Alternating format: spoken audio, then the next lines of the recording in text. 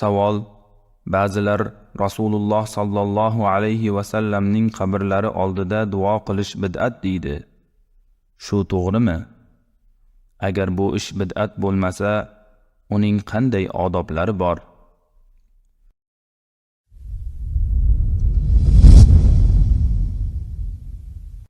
Mustafa sallallohu alayhi va sallam qabrlarini ziyorat qilib bo'lgandan keyin o'zingiz turgan joyga qaytib kelib qiblaga yuzlanasiz.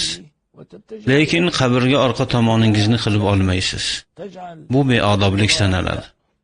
Qabr chap tomoningizda qolib, o'zingiz sharafli qibla tomonga qaraysiz. Ana shu yerda xohlagan narsangizni so'rab, Alloh subhanahu va taologa duo qiling. Siz shuni bilingki, ushbu vaqtda va ana shu joyda qilingan duo ijobat bo'ladi.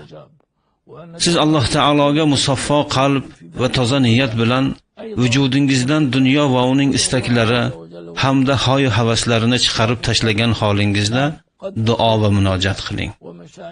Biz nima uchun qabrga yuzlangan holimizda duo qilmaymiz? Chunki biz Rasululloh bilan emas, Alloh bilan gaplashyapmiz. Demak, biz Alloh azza va jalla bilan gaplashayotgan ekanmiz, unda biz namozimizda yuzlanayotgan qibla tomonga qarashimiz lozim.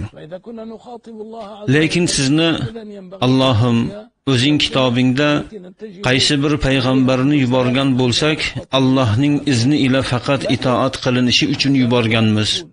Agar ular o'zlariga o'zlari zulm qilgan chog'larida huzuringga kelib, Allohga istig'for aytganlarida va payg'ambar ham ular uchun istig'for aytganida edi, albatta Alloh tavbalarini qabul etuvchi va rahimli zot ekanini topgan bo'lar edilar deb aytgansan.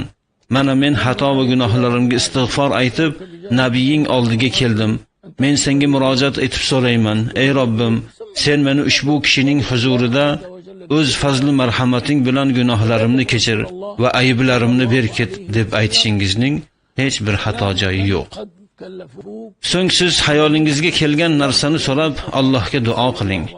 Hamda kim sizga salovat va salom yetkazishni aytgan yoki taklif qilgan bo'lsa, ularning salomlarini Mustafa sallallohu alayhi va sallamga yetkazing. Siz shuni bilingki, Rasululloh sizning so'zingizni eshitadi.